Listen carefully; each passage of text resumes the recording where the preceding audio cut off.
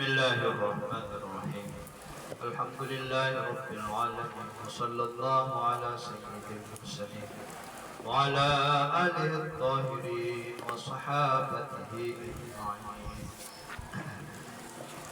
قال المصنف رحمه الله تبارك وتعالى ونفعنا بعلومه وعمله في الدارين.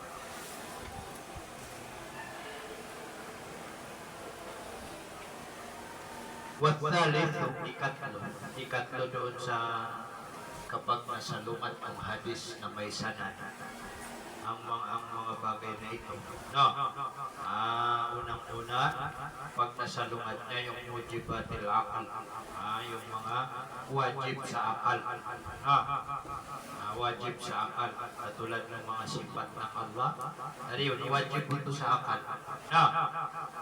Pangalawa, kapag nasalungat niya yung hadis mutawatir o kaya Quran, yung nalagay doon sa hadis na may sanad na hindi tatanggapin. Sabi niya dito, wasalisu ikatlo na an yukhalifa al-ijma'a. Khilaf siya na khabar wahid, al-ijma'a sa ijma'. Fayustadallu bihi, na ipagdadalil bihi bil ijma'. Ariyo ala annahu mansukhun. Nakatotohanan siya na khabar wahid na mansukh. Na ba yung ijma' mismo ang magmansukh sa kanya? Naalala ninyo? Kasi ang pwede lang magnasak na yung Quran at saka hadis. Maliban doon, hindi pwedeng magnasak. Ariyo. Pero yung ijma' ay pwedeng gamitin pagdalil. Pagdalil ala annahu sa katotohanan siya na khabar wahid na mansukh. Aw la asla lahu, o di kaya pwedeng ipagdalil na walang sanad. Walang asal ay la sanada lahu, walang sanad yung hadis na yun. Yan yung walang sanad na sahih. Yan ito.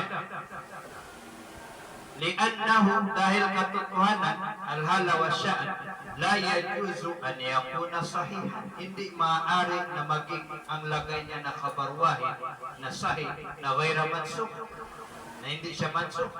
Wa tujmi'u wal hal tujmi'u, na ijma' al-ummatu, ang lahat ng ummat, ala khilafihi, sa salungat sa kanya, khilafi khabar wahid. No, so kung merong isang hadis, tapos yung ijma' Obama, lagi ba ijma' ng mga ulama na ang Allah subhanahu wa ta'ala, halimbawa ijma' ng mga ulama natin na ang Allah subhanahu wa ta'ala na laysa jisman, hindi katawan Obama. Pagkatapos maya-maya merong hadis na nagsasabi na itong kumbaga na ang Allah ay may katawan, halimbawa may paa, may kamay, halimbawa ganun, no? Na na-ijma na ang mga ulama natin na ang Allah ay hindi siya jisim, hindi siya katawan. So kung ganun na yung hadis na yun ay mansukh. Sanang dalil yung ijma. Hindi ibig sabihin na ang nagmansukh sa kanya na yung yung mismong ijma, bagamat dalil na yung ijma.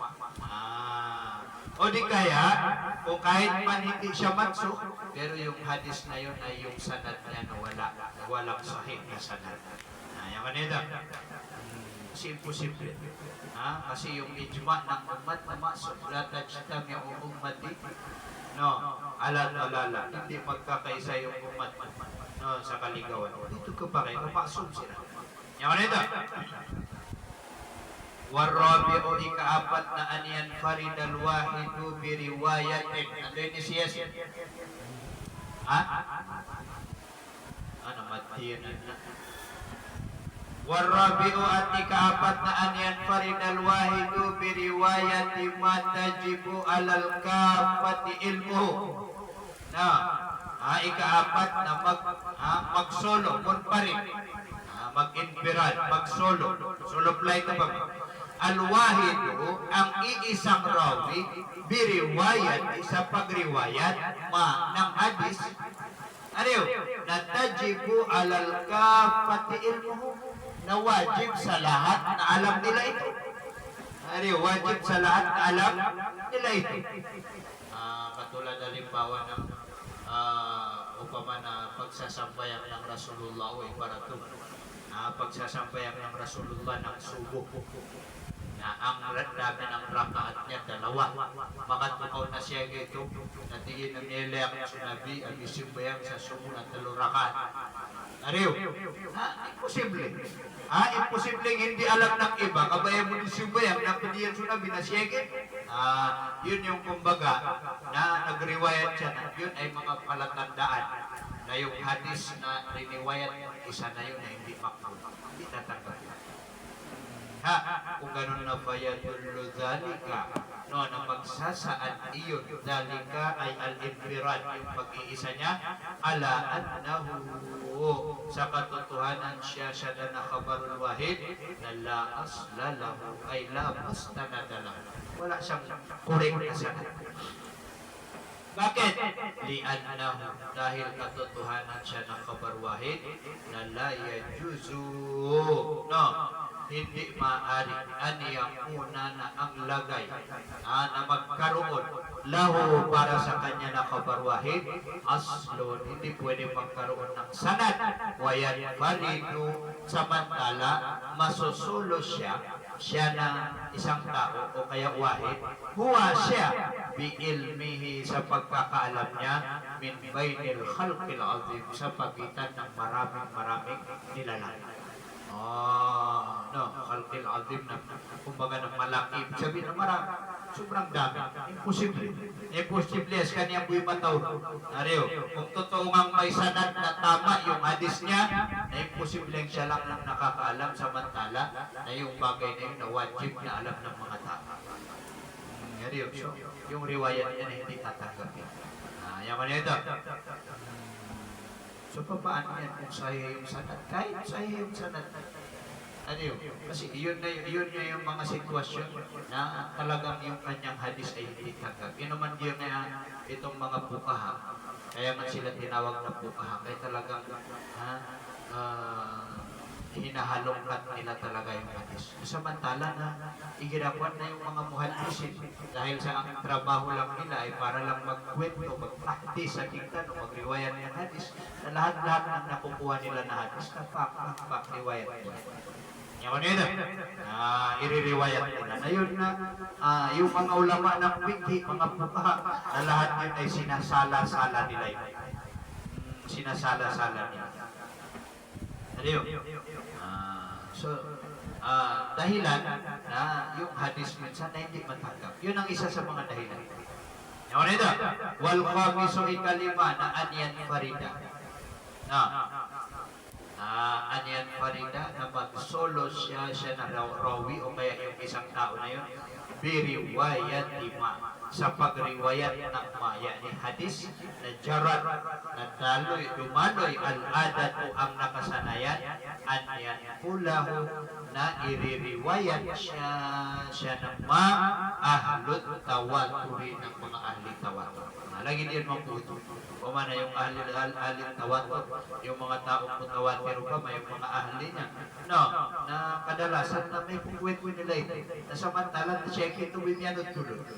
Ariyo, siya lang ang nagkwento ba? Dito katanggap.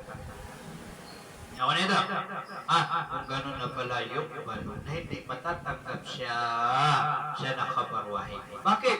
Li'annahu dahil katotohanan siya na rawi na la yajuzu hindi maaari an yanfarida fi misli hadha birriwayat. Hindi maaari na magsolo siya na rawi fi misli hadha no sa katulad nitong manay to majarat al-ada birriwayat sa pagriwayat didun ko pa kayo bas kanyang pagriwayat siya. Kasi ang mga nagre-riwayat ng mga bagay nito na halimbawa pa man na yung majarat al-ada na kumbaga na nakasanayan no na pagre-riwayat halimbawa ng pagre-riwayat na ang rawi niya na marami halimbawa nakapag-jamaat naman tunay pero naman imposible na isa lang ng tao na yun na nagsambayang ng jamaat pa tapos merong dumating na hadis pa merong dumating pa na o kaya merong ginawa ang Rasulullah sallallahu alaihi wasallam. Na imposible na siya lang mag-isa ang magre-riwayat. Minus na ang magre-riwayat doon na yung maraming aling tawat. Ha? Alin tawad ko ng pagre-riwayat. Hindi mana niya. So dahil doon na hindi pwedeng matanggap yung ganun na hadis. Oh, ginawa nagpakaw mahadis sa sa'yo. Ha? Kasi katulad ng mga kita dito na kaya luwa-luwa ko. Ha? Kundo niya para mo tawa. No. Yung ganyan na mga hadis, natimadakal, katulad ng mga hadis na mansuk. Laban na sa Quran, mga ayat na mansuk na binabanggit pa doon. Kasi, kumbaga na iba yung trabaho ng mga ulama fikhi, no, iba rin yung trabaho ng mga ulama ng hadis. Kasi yung mga ulama ng hadis, na ayaw mo galabakiran, i-riwayat nila yung hadis na galing sa Nabi. Pero yung pagkuha ng tawag dito ng ilmo o kaya ng pag-intindihan, nagkalabong ito mga pupaha. Trabaho yun ng mga ulama fikhi. Sila ang bahala doon. So para sa kanila, na kahit pa yung hadis na yun ay nandoon sa Bukhari, halimbawa, nakagiyawairul makbul, hindi matanggap yung hadis na yun. Sa anong dahilan? Nasa lungat na itong mga iba't ibang mga dahilan na yun. Pinaging yung mga lagi din na wala na tayong baga na kung tutuusin na wala na tayong pasok. Yung mga bagay na kung tutuusin na sa panahon natin ngayon. Lalong-lalo na tayong mga normal lang na alim ulama, wala na tayong kaalam-alam sa ganito. Ngayon, hindi na natin yan malalaman. Kasi kabilang sa syarat ng mujtahid pa man. Alam nila yung ijma, alam nila yung tawatur, alam nila yung ikhtilaf ng mga sinauna. At alam din nila, alam din nila yung tinatawag na hadis na naiaamal at hadis na hindi naiaamal. Naghahanap ako ng kasi sigurado may libro yan na ganyan puros to na doon na tabakat no, yung libro na nakasaad doon yung mga hadis na hindi na ipinang-aamal at na mga lagay at na mga ganun may mga ganun na kumbaga na naisulat yan ng mga ulama yun at naisulat nila yung mga hadis kutsi no, katulad ni Imam Suyuti na parang meron siyang aklat na tungkol sa mga hadis kutsi inipon niya na niya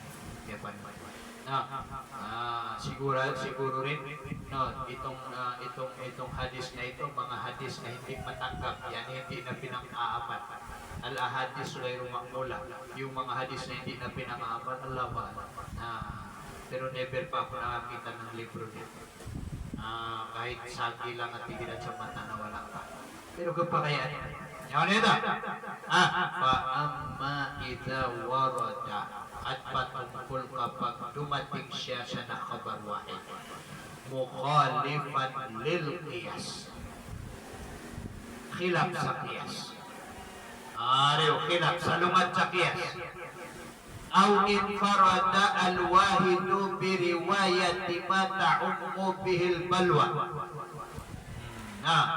o di kaya ay magsolo ang isang tao, isang rawi biriwayat ma sa pagriwayat ng bagay ta'ummu bihil balwa na umum sa kanya na bagay al balwa ang problema o kaya pangangailangan ng tao kamanamimbolya o umum na yung balwa mimbolya umum na yung problema na love you hindi itataboy siya nakabarwahin kung ang masasalumat lang yan na kiyas kasi yung kiyas ko pa man na akli yun naman ang kanan kiyas na akliyan na istidlal pero galing yan sa akal galing yan sa talino ng isang mujtahid na kung yung dumating yung hadis na yun na kumpleto naman ang sanad at saka yung sanad niya na sahih na naging salumat siya sa kiyas na hindi itatakwil yung hadis niya hindi ko tatakwil hindi tatakwil yung hadis niya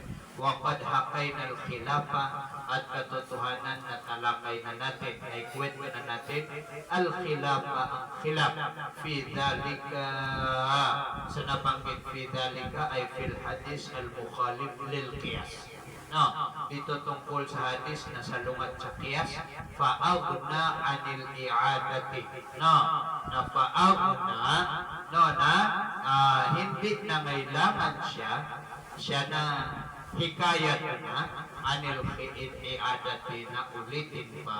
No. So itong khilaf na ito, kung dito sa libro natin na sa page 169. Kayo nang balang tumingin doon. Nalagpasan na natin yan sa page 169. Faslun pa amma idha infarada binakli hadisin wahidun. Patungkol kapag nagsolo sa pagriwayat ng hadis, wahidun ang isa na rawi, la yarwihi ghayruhu, na hindi riniwayat siya na hadis, ghayruhu ng iba sa kanya, ghayrul wahid. Halimbawa, merong isang dumating katulad ng naman ang malupit niya. Ariyo, sa dinami-dami ng mga sahaba na ayaw pumiyakan na doon, ang nagriwayat lang sa hadis na yun ang Umar. Itimputuan sa hadis gharib kapag ang rawi iisa. Ariyo, iisa. Pag ang rawi iisa, ano ibig sabihin ng iisa dito? Isa sa bawat tabaka. Kasi dumating sa atin yung innamal amalu binniyat na imposibleng isa lang nagkwento. Hindi, kasi sa mga sahaba, nasa sakataw, isang nagriwayat. Kumbaga na wala siyang kasama doon sa hadis na yun. Hadis gharib ay ito. Wa kul gharibun marawarawin faqat, no. At ang gharib ay yun yung ang nagriwayat ay isa lang. Yan isa bawat kabaka. Sa bawat level ng sahaba, isa. Ariyo, pagdating sa level ng dami-daming nakarinig. Bakit maraming nakarinig? Kaya masuswap pa na may kain. Parang may sira na ito, no? O doon. Doon sa panahon ng mga sahabaw pa man sa sakataw, kumbaga na magtataka ka. Kaya mas alas na ito yung walang masalukat. Ariyo, kasi yung bangkak na natin, yung hadis na iisa lang ang nagriwayat pero may sumasalukat. Ito na walang masalukat ito. Nasabi niya dito na lam yuradda khabaru, hindi itatakwil yung hadis niya na wahid.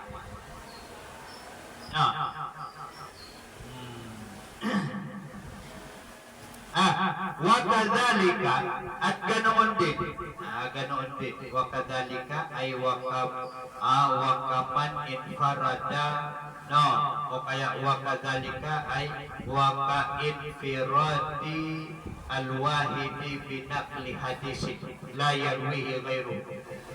Yan yung fi adamir raddi na yan. Yan wajah syabah yan. Ay fi adamir raddi. Ganoon din. Ganoon na rin. Ganoon yung riniwayat ng iisa, walang nagriwayat na iba sa kanya. Ariyo, nakadali ka ganoon din yan. Fi adami ar-raddi. Yung tinatawag na hindi daw itataboy yung hadis na yan. Law infarada. Kung mag-infirat siya na wahid. Biisnadi, na idugtog. Biisnadi ay bittisali.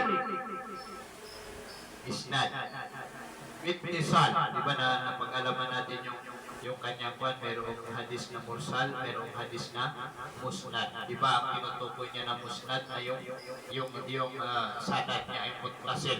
Walang putulubang. Tapos na siya gini na miyakoma. Ariyo, na yung hadis na putol, nasa kanya na may dugtog ba? Nakadugtog. Nakagitipod pinyan siya. Lawin parada, kung naging pa rin siya, no, biisnadi sa pag-ittisal, pagdugtog, ma-arsalahu bayruhu ng hadis na arsalahu na pinutol siya na ma-bayruhu ng iba sa kanya.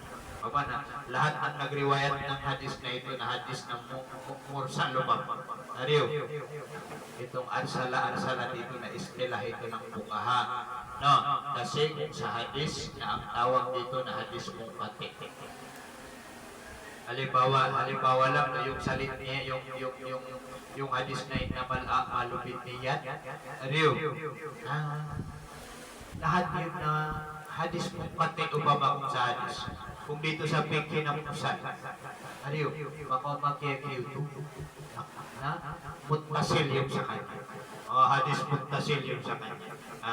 kung dito sa usulul fiqh na ang kanyang istilah na musnad, hadis na musnad. So anong gagawin natin dyan? Yaman ito. Isa yun, isang masala, pinutol. Awraf ima waqafahu ghayruhu. O di kaya ipinilang marpo. Ini marpo. Yan, tadi biasa lagi. Pauga ka muna.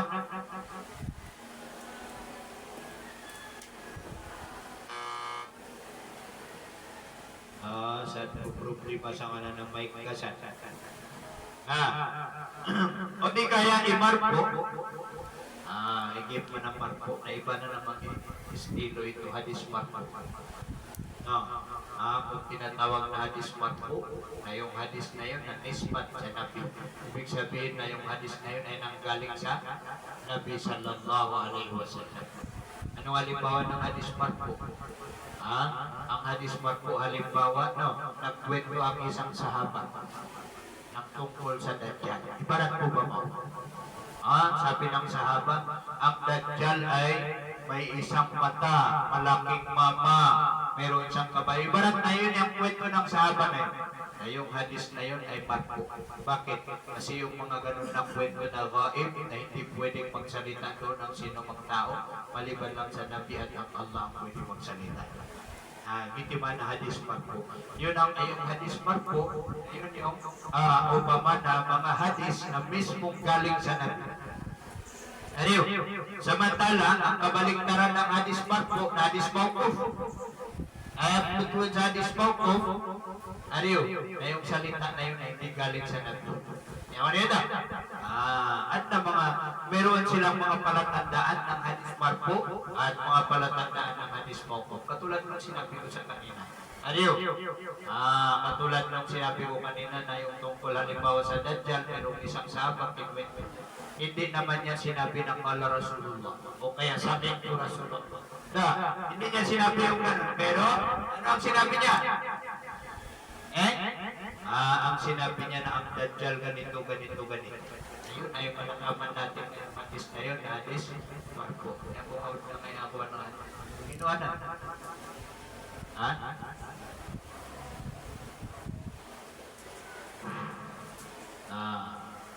Ganda kang ibigyan na lagi sa saksak na mo. Huwag niya kalapun malubat. Basta lagi doon ang nariw. Ano yung mga naigilagay doon?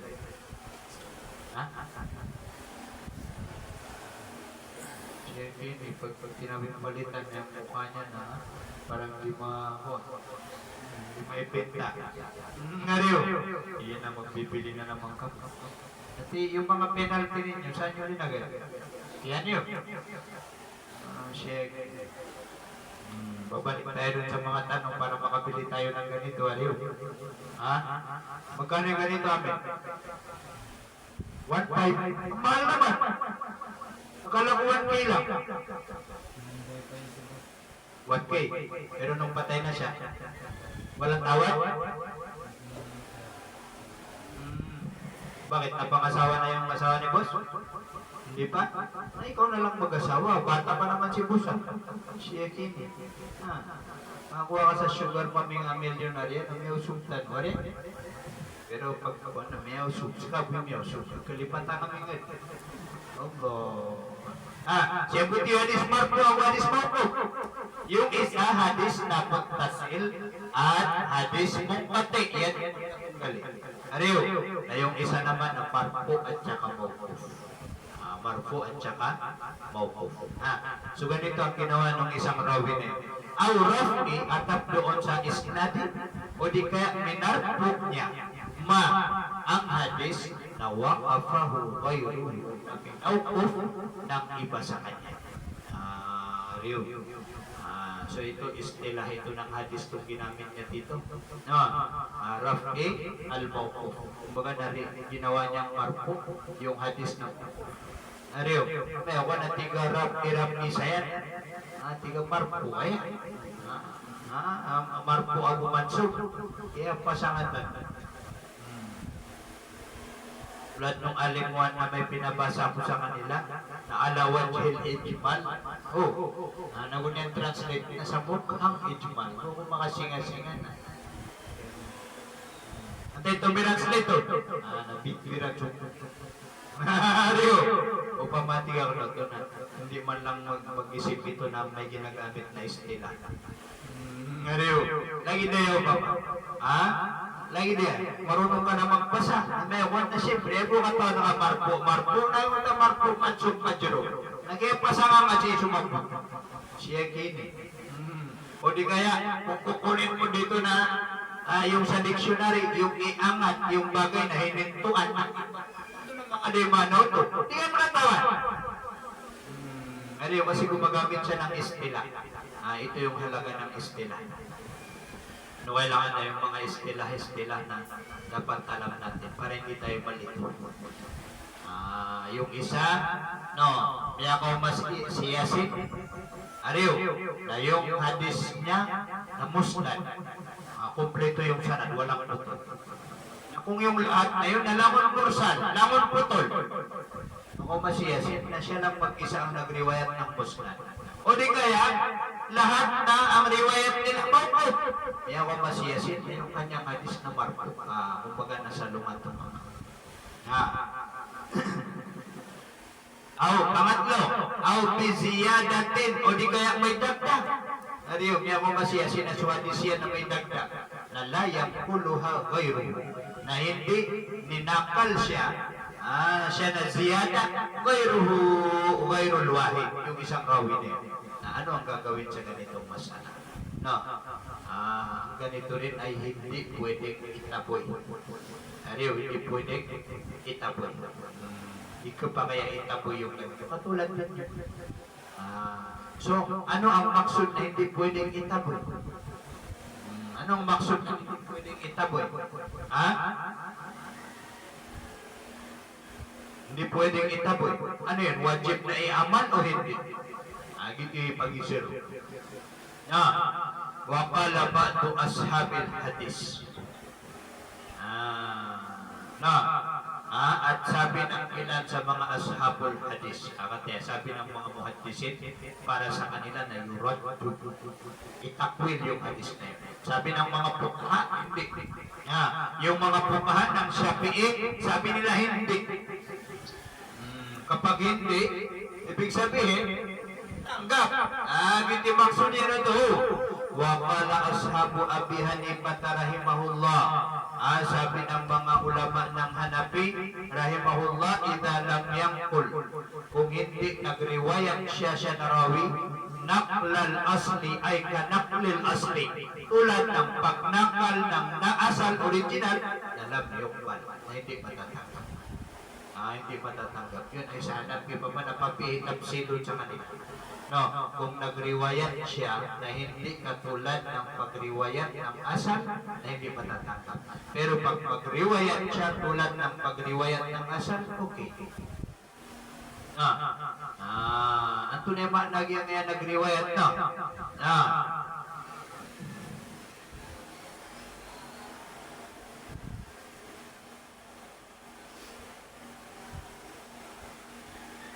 So dito sa number 5 sabi niya na parang tingnan natin sabi niya number 5, qawluhu idza lam yanqul naqlal asli hakadha fi jami'in nusakh. Ganito sabi niya ang nakalagay sa lahat ng nuskha. Lahat ng nuskha, lahat ng kumbaga na lahat ng libro, nuskha, kopya. Ina na nuskha ng kopya.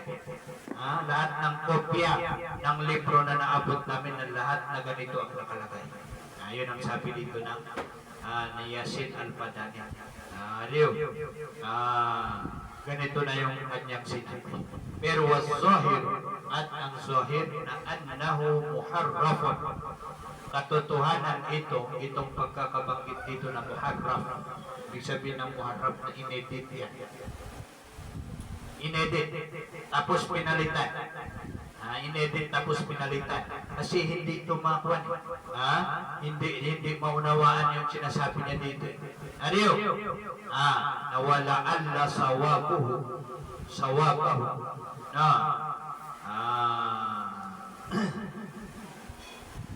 At ang maaaring correct nito, nahakada ganito na.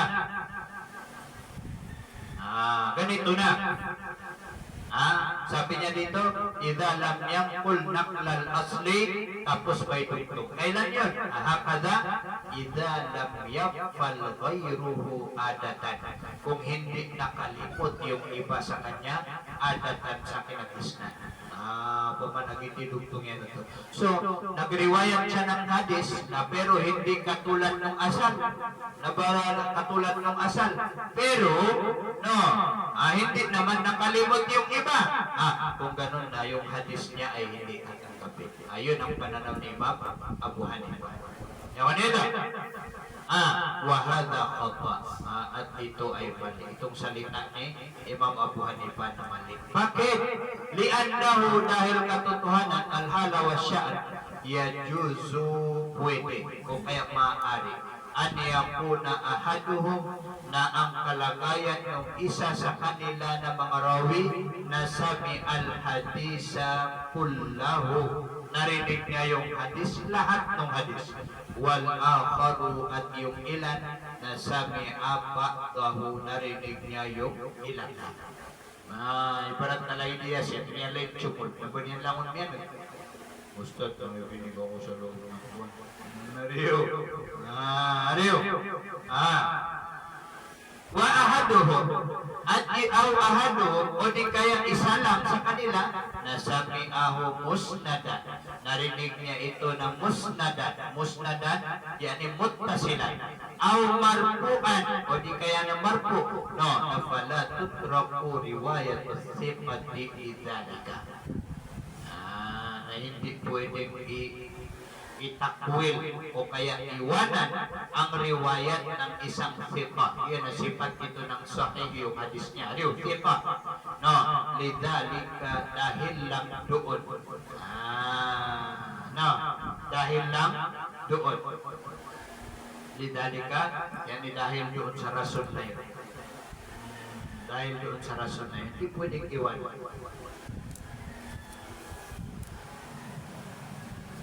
Dahil doon sa rason. Bakit ito ang topic niya dito?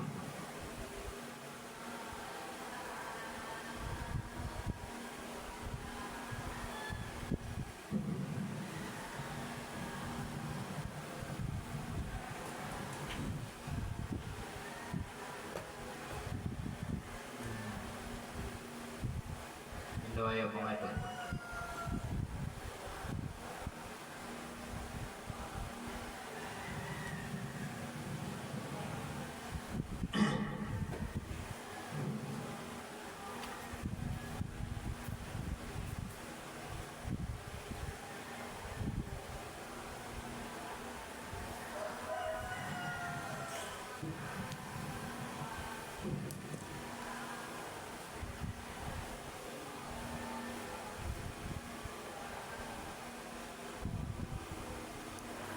Check lang ninyo kasi yung nakasulat yan na dalikat ta'lil na parang hindi ko makuha yan.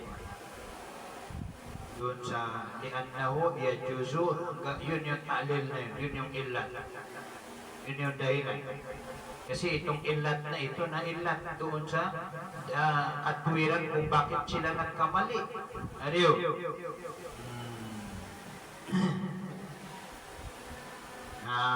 Ilan doon sa bakit sila nagkamali. Ariyo.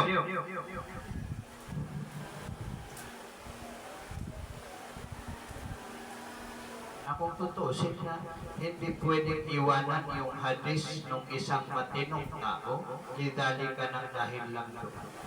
Dahil doon sa nabanggit ng mga hanapin na lam yung kul naklal asli. Yun doon yung babalik. Kasi hindi naman pwede na doon mo ibabalik doon sa dating ilan. Kasi yun ang kasagutan o kaya katwiran sa pagkakamali nila. Nariyo? Kasi sila na hindi nila tatanggapin yung hadis na sa atin na tinatanggap natin. So hindi natin pwedeng iwanan o kaya kalikuran yung hadis ng basta-basta dahil lang doon sa kumbaga na pagriwayat na hindi nagriwayat tulad ng pagriwayat ng asar. No? Kung manarumap yan, doon maganda ibabalik, hindi dito sa sinulat niya dito. Allahu a'lam. Adiyo.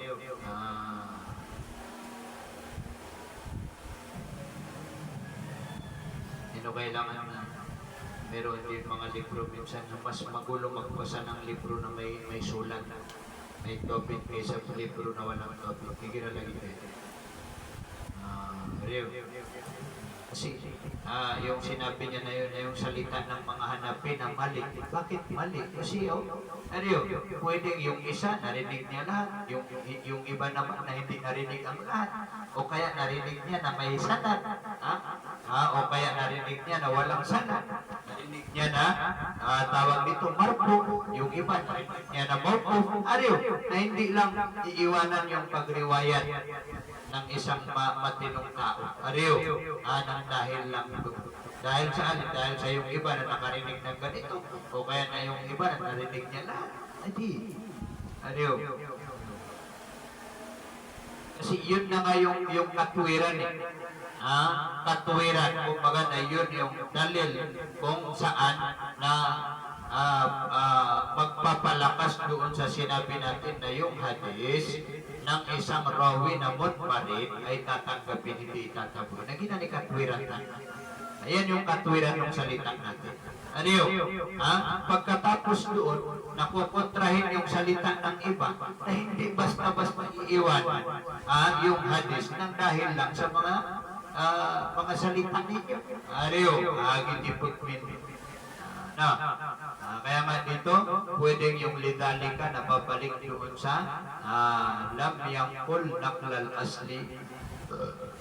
Ida lam yagfal ghayruhu adatan. Yan yung pupunin. Sana doon ibabalik. Kaya lang dito na sinulat dito ni Babulo. Lidalika ta'lil ya'ni li'annahu yajuzu an yakuna ahadu. Hindi ko mag-gets dyan kung bakit yan babalik. والله أعلم. باب القول في ترجيح أحد الخبرين على الآخر.